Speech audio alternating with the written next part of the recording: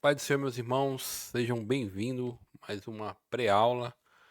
Nós já estamos aí no terceiro trimestre de 2024 e uma temática aí bem propícia para os tempos a qual nós estamos se aproximando aí, né? O Deus que governa o mundo e cuida da família. Os ensinamentos divinos no livro de Ruth e Esther para a nossa geração, com uma curiosidade, acredito que os professores certamente, os irmãos que não sabem vão aprender, né? O livro de Esté é um livro que em todo o seu conteúdo não aparece o nome de Deus, mas percebe-se a providência divina no livro. Então é um livro interessante, muito bom, é a oportunidade. Eu particularmente gosto de ler muito as lições, gosto das lições quando as lições tratam de livros, é a oportunidade de a gente se aprofundar mais no livro, conhecer melhor o livro a ser estudado. Então, vamos ver o que tem para nós aqui, né? Eu me chamo Evangelista Cavalcante, congrego aqui na Sopro Divino em Mauá e já convido você, né, a compartilhar esse conteúdo, comentar, dar sua curtida aí. Aí você sabe que fazendo isso você dá uma força para nós aqui. E a lição 2, né, o livro de Ruth, um livro que a gente vai estudar aí nessa primeira parte da lição. E livros é interessante quando a gente começa a estudar livros especificamente, ele vai falar sobre a organização do livro, o contexto histórico e o propósito e mensagem. Então ele vai fazer aquela contextualização, vai nos dizer o que o livro trata. E tem livros muito interessantes, não só livros de Bíblias. Então tem esse livro, A Teologia do Antigo Testamento, muito interessante, que é a primeira parte da nossa aula. Ela vai tratar, o tópico um vai falar sobre a composição, a organização na Bíblia hebraica. E esse livro, é a Teologia do Antigo Testamento, ele trabalha muito, ele vai trabalhar como que a Bíblia hebraica é organizada. Então, quando você vai, a gente está acostumado a trabalhar com o livro de Samuel 1 e 2, então ele vai tratar como um livro só. Primeiras Crônicas. Então ele tem o livro dessa teologia sistemática, ele trabalha dentro de como é composto o cânon hebraico.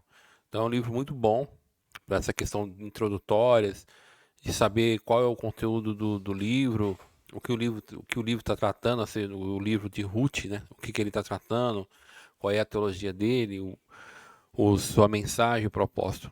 E a história de Israel, ele é parecido muito com o outro, só que ele vai te dar, ele seria como um livro de panorama do Antigo Testamento. Então ele vai trabalhar muito também essa questão da organização do livro, vai falar muito da questão geográfica, questão de data, ele é bem interessante. E aí eu coloquei a Bíblia, no caso, para mim hoje, uma das Bíblias mais completas é da Thomas Nelson, né? Em termos de conteúdo, de a forma como ele é feito, os mapas são bem coloridos, bem ilustrativos. Ele como faz o que todas as Bíblias de estudo elas têm, né? Ela faz toda aquela estrutura do livro. Eu tô até com a Bíblia NVT aqui, e aí ele tem aquela primeira parte que é o que a gente vai estudar hoje. Então, os professores, os irmãos que quando começam um livro e que tem Bíblia de estudo, você vai nas primeiras páginas lá, na introdução do livro, aí ele vai falar assim, ó, Ruth era nora dedicada de Noemi, uma triste viúva, Boaz era o dono bondoso de uma propriedade bastante produtiva, e segundo parente resgatador mais próximo de Noemi. A narrativa a respeito desses indivíduos fala da perda e lealdade, retorno ao lar, um encontro no meio da noite, transferência pública de propriedades, um casamento e um filho. O livro não registra milagres, mas é repleto do amor de Deus. Então ele já te dá uma introdução do que você vai ver, porque é uma narrativa histórica. Então você está lendo uma história, e aí os livros, essa Bíblia trata assim, a NV e tem, a Bíblia Pentecostal, todos eles vão ter uma introdução. Aí ele fala do contexto, então ele vai dizer qual é a época, o que está acontecendo, tá? Só para adiantar. O contexto que o livro está escrito é o contexto de Juízes, então é aquela bagunça que está acontecendo ali em Israel, e dentro daquela bagunça ali teológica, de apostasia, de idolatria, a gente vê uma história que nem a da Ruth acontecendo. E também aí ele fala de um resumo, e geralmente nessa Bíblia ela traz um recorte de um mapa mostrando ali, no caso, Judá e Moabe, porque a Ruth é uma moabita. Então ele trabalha mostrando ali a distância entre essas duas localizações. E aí é o que vai ser tratado na revista, né? A revista vai trazer de uma forma bem resumida, por causa do tamanho ali que é proposto, né? Na revista, mas ele vai falar sobre autoria e data, significado e mensagem. Aí o interessante da Bíblia NVT é que ela tem aqui nos lados, né? Ela faz uma linha de tempo.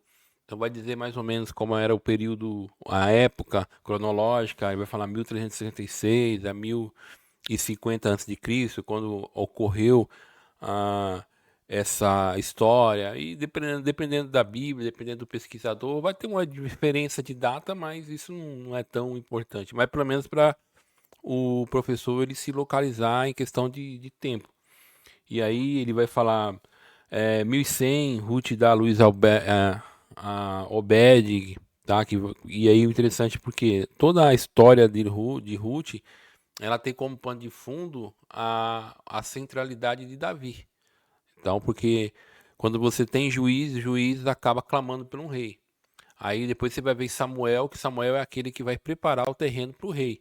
E entre os dois livros, você tem um livro que vai falar sobre a descendência de Davi, que é o rei prometido, que é o rei segundo o coração de Deus. Então, dentro do cânon hebraico, é legal porque tem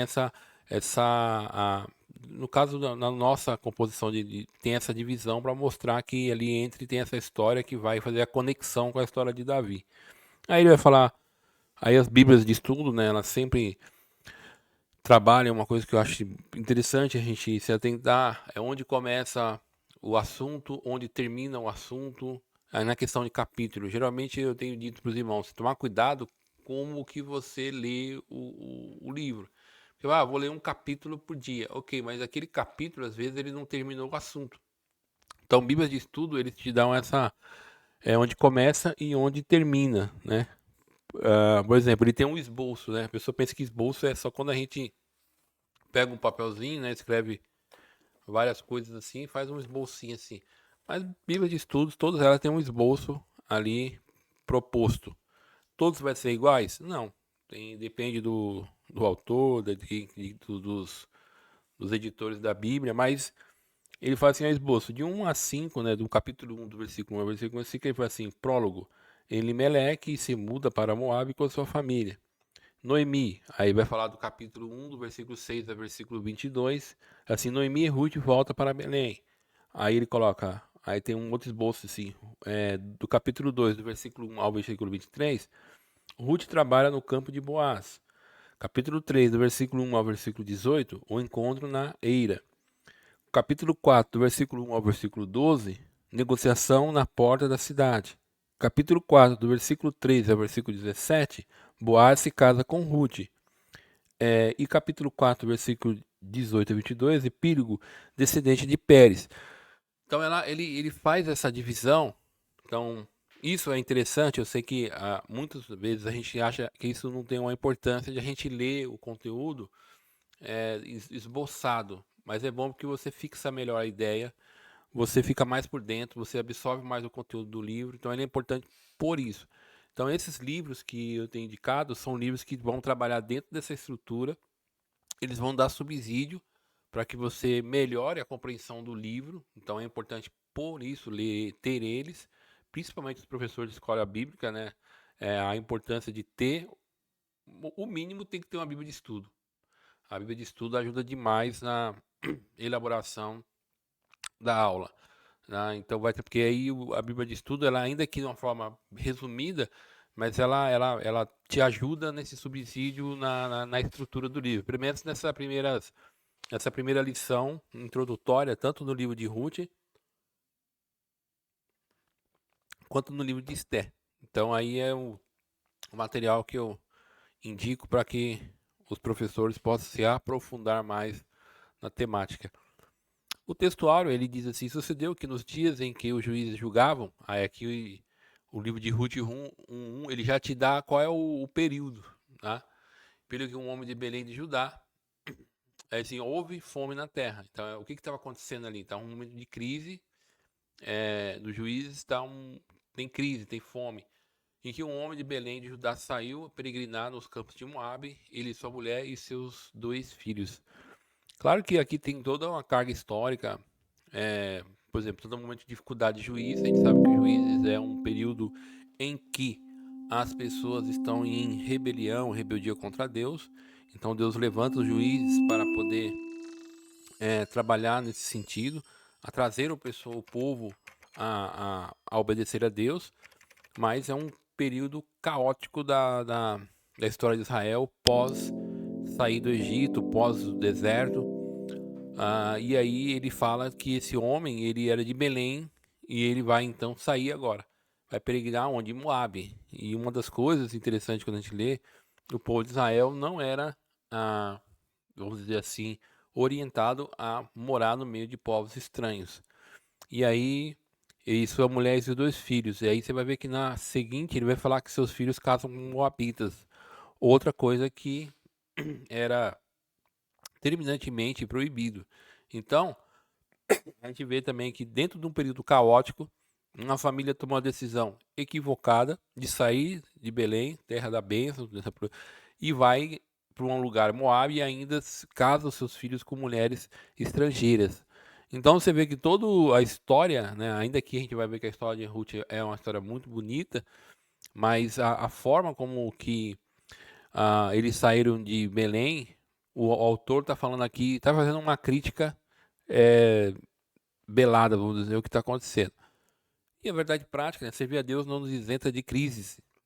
Então, porque o livro ele conta a história nesse momento de dificuldade. Em qualquer circunstância, o segredo é permanecer fiel, confiando na providência divina. Então, a leitura bíblica está escrita em Ruth, né, do capítulo 1, do versículo 1 ao versículo 5. O versículo é o 2, né? O capítulo 1, do versículo 1 ao versículo 5. No versículo 2, ele vai dizer que era o nome deste homem Elimeleque, o nome de sua mulher Noemi, e o nome dos filhos era Malom e Quilom. Tá? E aí fala que eles eram frateus de Belém de Judá e vieram ao campo de Moabe e ficaram ali. Então toda a temática do livro vai trabalhar em cima dessa família, né? Então o livro de Ruth conta uma história muito bonita entre Nora e a sogra. Tá? O pessoal fala mal de sogra, mas aqui mostra a Nora e a sogra. E aqui também é uma coisa interessante, como a Ruth, ela é uma pessoa realmente vai se tornar uma pessoa piedosa, né? Uma moabita, mas ela se apega com a sua sogra. E aí continua aqui Moab e Ruth, a moabita não concordou em deixar a sua sogra, de modo que a seguinte declaração mostra a profundidade do compromisso dela com a mãe do seu saudoso esposo: o teu povo é meu povo, o teu Deus é meu Deus. E aí tem toda uma questão histórica aqui, a questão contextual, né? A, a Noemi é uma mulher já idosa, não pode ter filho. E qual que é a atitude de Ruth? Ela vai permanecer com a sogra, e porque era uma das funções dos filhos, era cuidar dos seus pais quando chegasse da velhice.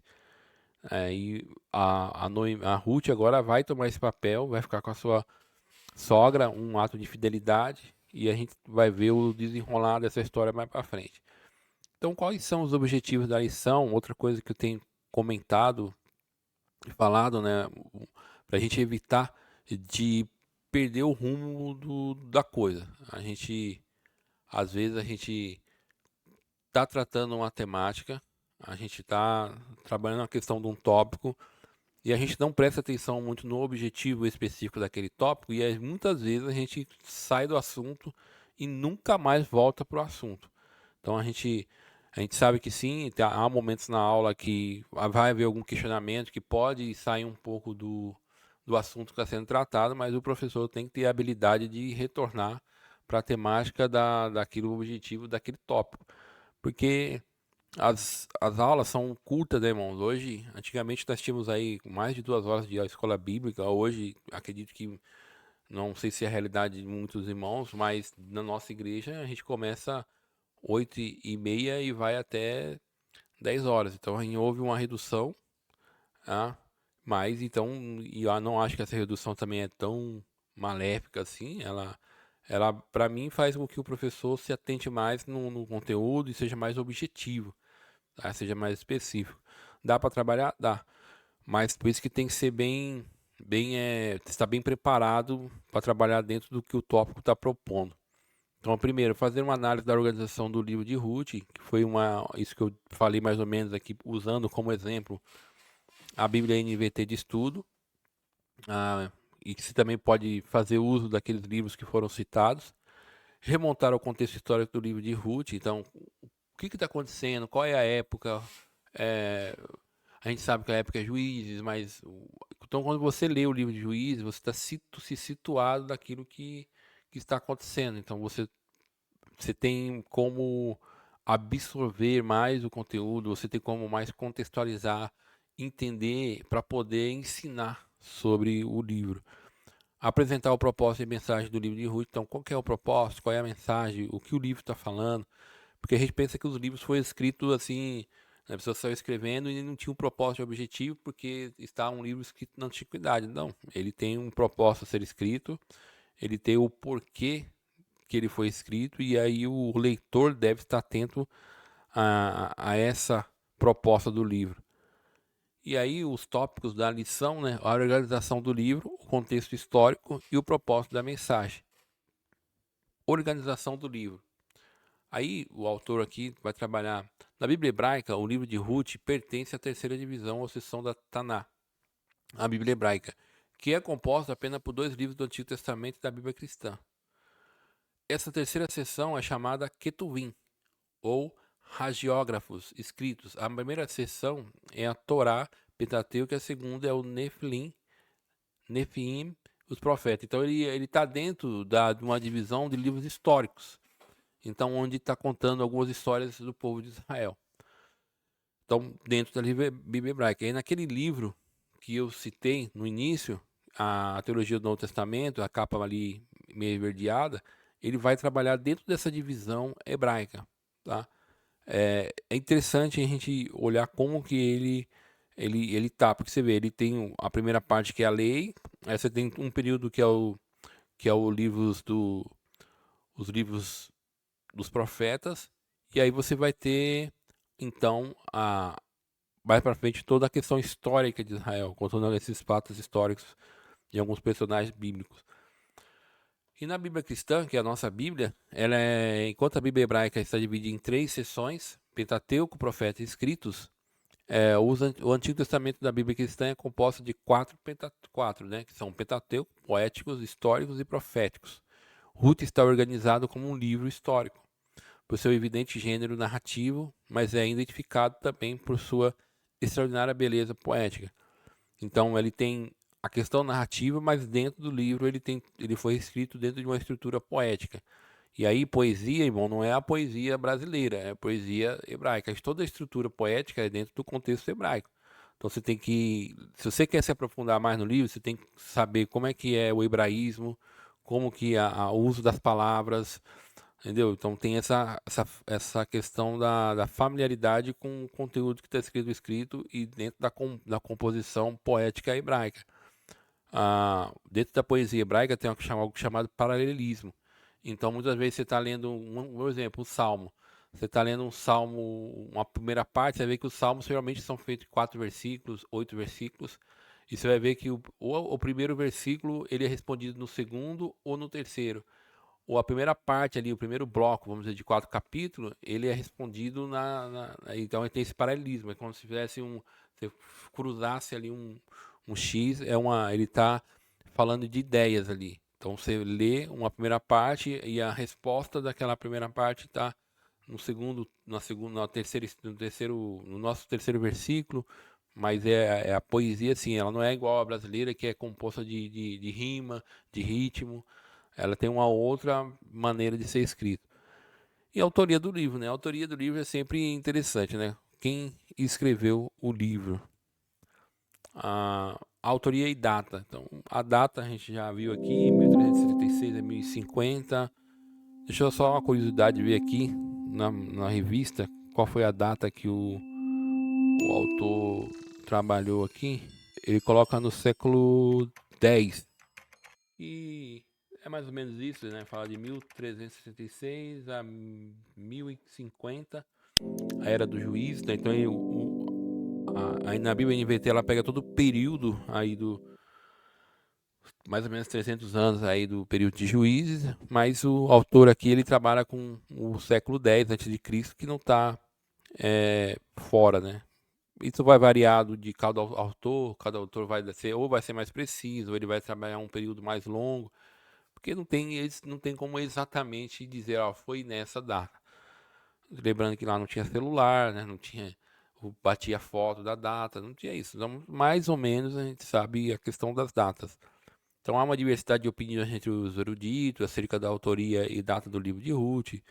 Samuel é o autor mais provável, né? É o que está mais próximo. O Talmud, obra milenar de regulamentos e tradições judaicas, atribui ele a autoria. Então, dentro de um livro da tradição judaica, eles vão atribuir a Samuel. Tá? Então, além disso, as características gerais da obra indicam uma atmosfera própria do início do período da monarquia em Israel. E aí é isso aqui que é interessante. É, tudo ali está em torno da questão do advento da monarquia.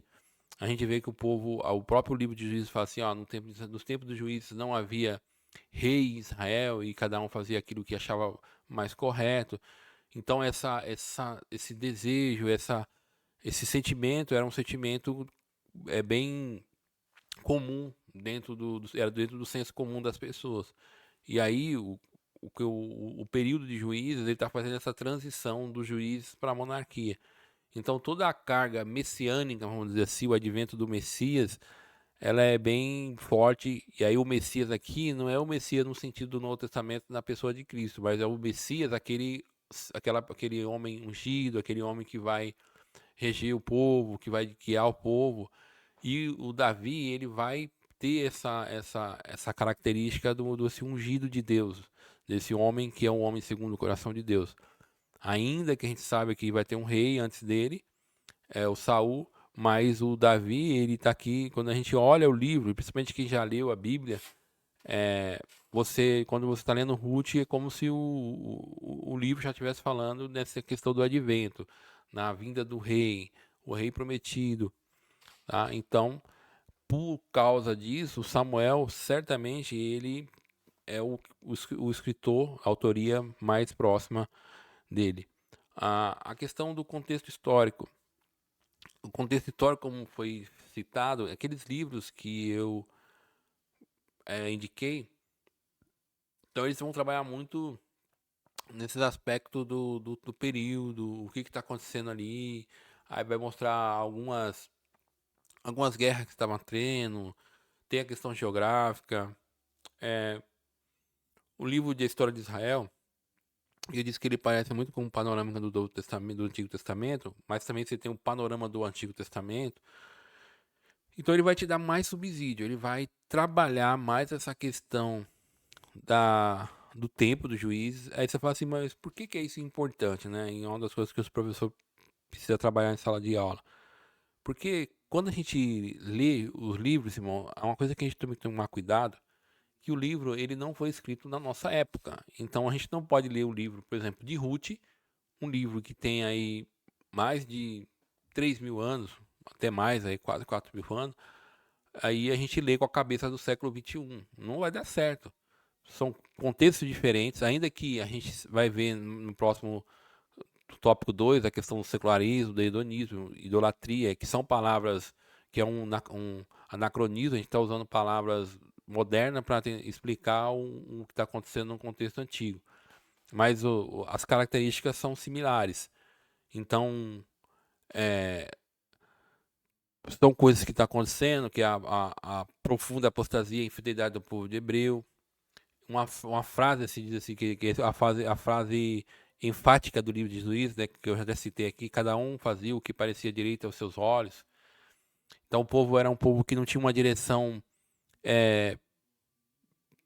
precisa, não tinha uma direção segundo a vontade de Deus. E quando nós vemos o livro de Juízes, até o capítulo 2, você vê que o povo está vamos colocar, tá com sangue nos olhos, tá fazendo aquilo que Deus mandou, tá alcançando o território, tá expulsando os inimigos. Aí a partir do capítulo 3 a gente vê que vai dizer que falta liderança, os últimos líderes ali que foram formados segundo ah, o Josué, vai perdendo essa liderança, e aí o contexto de Juízes vira uma bagunça. Aí essa questão da apostasia, da infidelidade do povo, que esse afastamento de Deus. Então, saber esse contexto teológico que está acontecendo ali, histórico, faz com que eu compreenda mais o que está sendo tratado e faz com que eu entenda a atitude de uma mulher moabita.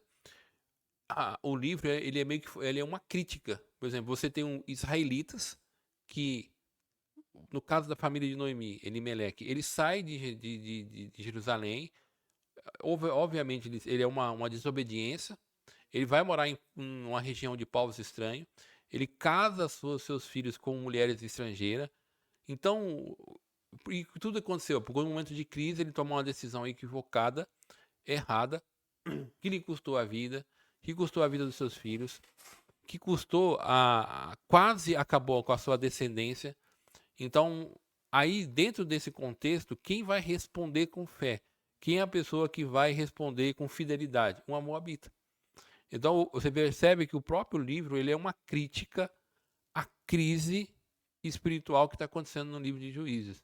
Tá? É que a gente lê, claro, é bonita a história de Ruth e tal, mas quando a gente, o primeiro prólogo ali, quando está começando, o autor, ele já está fazendo uma crítica. Eu vou fazer um paralelo aqui. É quando Jesus, aquela mulher sírio-fenícia, ela chega clamando para Jesus para que Jesus cure a filha dela. E Jesus falou assim: ó, não é lícito eu tirar o alimento dos filhos e dar para os animaizinhos, para os cachorrinhos. Aí ela dá uma resposta de fé. Ela fala assim: Senhor, mas os animais e os cãozinhos, eles também se alimentam das migalhas dos seus senhores. Então ela dá uma resposta de fé, e que aí Jesus elogia a fé dela, que era uma fé ela é esperada pelo povo de Deus, ou seja, pelos israelitas. E não só isso, a gente vai ver no centurião, que também é um homem que responde com fé. E qual é o que Jesus, qual é a expressão de Jesus? Ele falou assim: olha, em lugar em Israel eu encontrei tamanha fé. Então o que está acontecendo? O autor está dizendo, olha, o autor está criticando. O Messias está ali e aqueles que precisavam responder com fé não estão respondendo com fé. E as pessoas que não fazem parte do povo de Deus, no caso dos gentios, eles estão respondendo com fé. Então, o livro de Juízes, ao mesmo tempo que ele é uma história bonita, ele mostra esse contraste. Das pessoas que se esperavam viver de uma forma piedosa, essas pessoas pisaram na bola. E aí, então agora vai vir uma moabita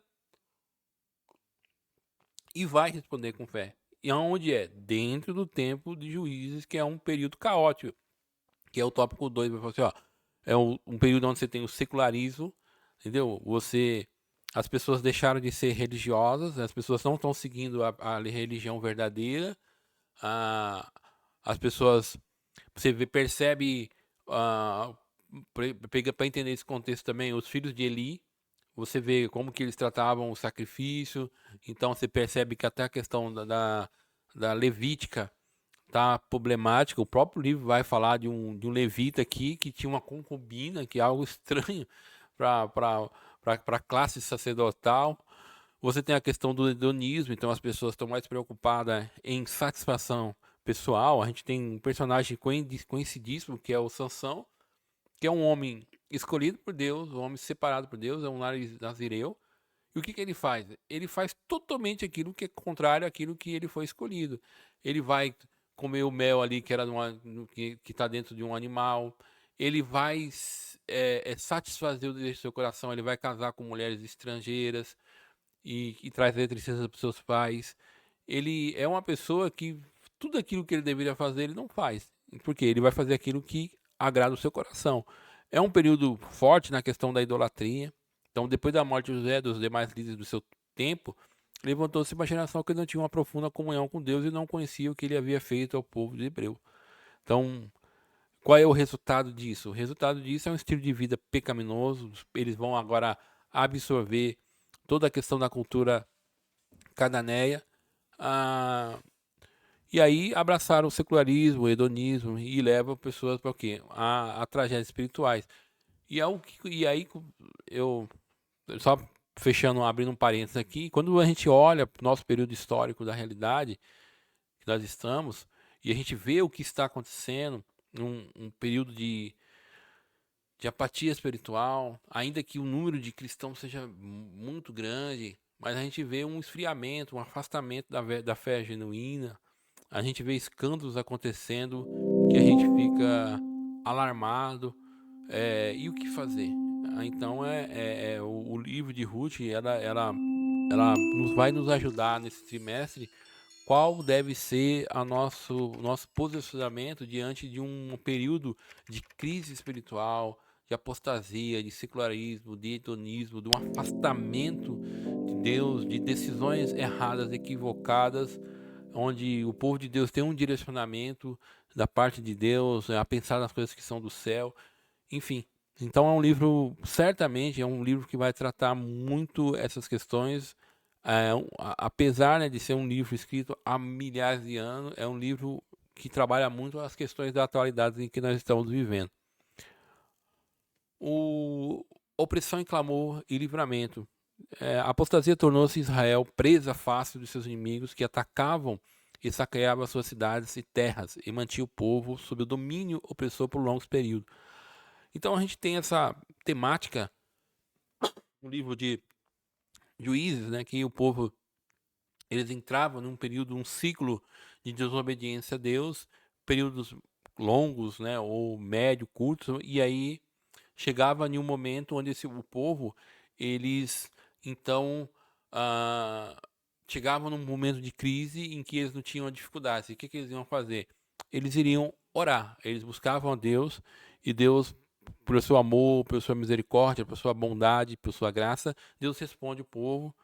E o povo, então, Deus levanta um líder, né, que eram os libertadores. Aí a gente tem o, o líderes militares que ele coloca como Otaniel, Baraque, Gideão, é, que são poderosamente usados por Deus para julgar a causa de Israel, livrando os seus Deus, os seus opressores. Você tem a própria Débora, né, que é uma exceção à regra, né, uma mulher que é levantada porque e também é uma crítica, não tem homens para que naquele onde ela na região, e aí Deus vai levantar quê? Deus vai levantar uma mulher, para quê? Para poder responder o povo, para poder encorajar o povo.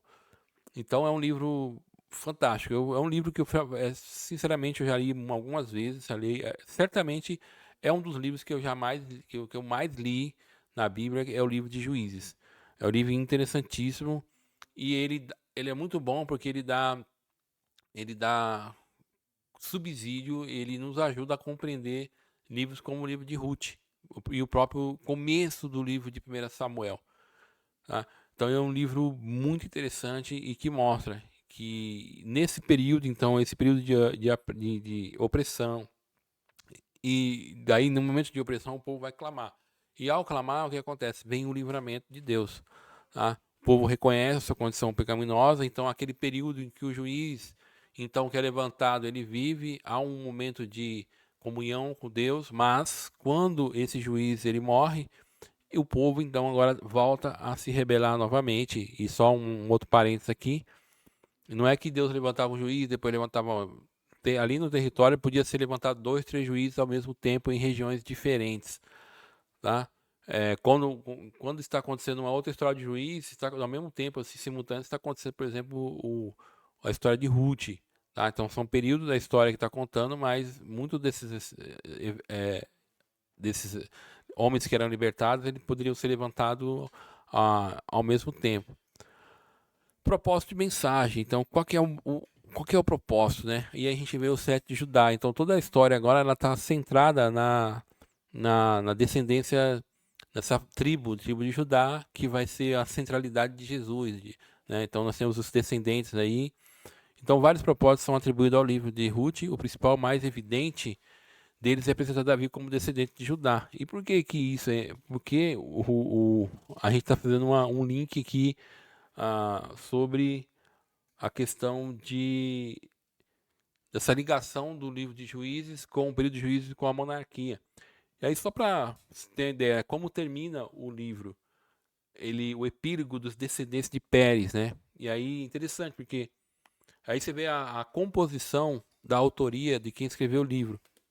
Isso é interessante porque quando a gente fala da inspiração da Bíblia, né, os irmãos acham, muitas pessoas podem achar que não houve, por exemplo, uma questão de autoria. As pessoas não foram acrescentando alguma coisa dentro do período da inspiração bíblica, tá, irmão?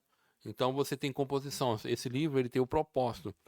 E qual é o propósito? Mostrar o Messias, ou seja, mostrar aquele que é enviado por Deus, no caso, o Davi. E aí quando você termina o livro, ele vai falar assim: Pérez gerou Esrom, Esrom gerou Raam, Raam gerou Aminadab, Aminadab gerou Nasson, Nasson gerou Salmão, Salmão gerou Boaz, Boaz gerou Obed, e Obed gerou Jessé, e Jessé gerou Davi. Então, no final do livro, ele está mostrando o quê? Qual é o propósito? Um dos propósitos, qual que é? É mostrar a centralidade, os ancestrais daquele que será o grande rei de Israel, que é Davi.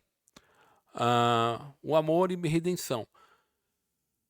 E aí a mensagem principal de Ruth é o amor de Deus e seu plano de redenção da humanidade como representante dos judeus e gentios, respectivamente.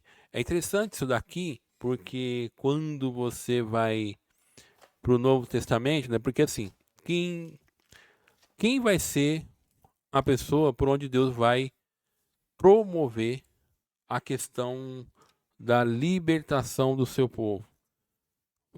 De onde vai virar o Messias? O Messias vai vir do Moabita, vai vir de Ruth, né, que é algo improvável, né?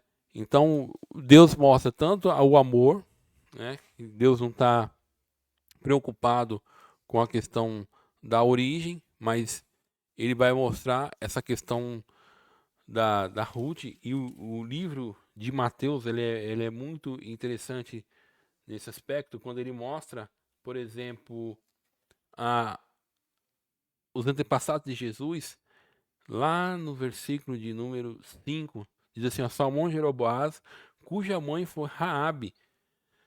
Boaz gerou Obed, cuja mãe foi Ruth. Obed gerou Jessé. Interessante quando você faz você vai cruzar aqui a descendência de Davi, ou de Davi, falando de Davi, ele tem a Raabe como origem, que também era uma mulher gentia, que responde com fé. E ao outro lado você tem uma Moabita, que também responde com fé. Eu percebo que aí dentro dos antepassados de Jesus, você tem dois gentios que foram pessoas que responderam com fé. E aí a gente vê tanto a questão do amor como a redenção de Deus aqui. Interessante que no livro, não sei se é o livro de Deuteronômio, tinha uma maldição para os moabitas. E até a quarta geração. E quando você faz a conta, a Ruth ela é a quarta geração. Então, na quarta geração dos moabitas, Deus aí está dando a redenção ali para o povo moabita por meio de Ruth, né? Esse povo que foi tão problema para Israel. E aí, Boaz e Ruth pronuncia a derrubada da parede da separação. A redenção é vista no livro de sentido literal e tipológico. Boaz é o parente remidor que preservou a descendência de Elimeleque, mas é também um tipo de Cristo, nosso Redentor. Isaías 59, 20 e Lucas 1, 68. Então o livro ele é muito interessante. Uma outra coisa também é a fidelidade e o altruísmo, né? Ruth, ela abre mão da sua família, da sua descendência, ela abre mão do seu povo para se tornar povo de Deus. Então é um livro extraordinário, é um livro que realmente é outro livro que eu também sempre leio ele, e é um livro fantástico, né? E ver o nível de fidelidade dessa mulher e de altruísmo, porque assim, quando ela vai junto com Noemi, ela não tem nada a ganhar, ela só tem a perder. A Noemi não pode ter filhos. Então a gente percebe que ela realmente estava preocupada assim com o bem-estar da sua sogra, e aí realmente em promover o bem-estar da sua sogra no momento de dificuldade, de crise, ela então vai ali entre essa questão da fidelidade. Então é um livro fantástico, tá? Ah, em um mundo de crescente iniquidade, o justo viver pela fé, Os eloquentes mensagens do livro é o valor do altruísmo que predominava o egoísmo, né? Uma época de apostasia, secularismo, cada um está preocupado com o seu. Então, a conclusão do livro, o livro de Ruth, nos ensina que, a despeito da incredulidade, dos pecados do homem, Deus sempre trabalha para cumprir os seus desígnios, sem violar o princípio do livre-arbítrio humano. O Todo-Poderoso conduz a história e executa o seu plano eterno de redenção. O livro também nos mostra como a fidelidade de Deus se aplica às circunstâncias comuns da vida, em tudo ele é fiel. Isaías 64:4. Então, é um trimestre muito bom. A gente vai estudar 2 livros que não são livros grandes, são livros curtos, são livros que dá para a gente ler aí um dia, né? Em 1 hora você lê todos os 4 capítulos. É um livro que dá para estudar muito bem. O livro de Ruth certamente é um livro mais conhecido do que o livro de Esther. Mas o livro de Esther também é um outro livro fantástico, uma história maravilhosa. E aí, esse é o trimestre que se inicia. E que eu quero agradecer a todos que nos acompanham até aqui. E não esqueça de compartilhar, de curtir, de comentar aí no YouTube, tá? Se inscrever no canal, nos ajude nesse sentido e que Deus possa abençoar todos em nome de Jesus.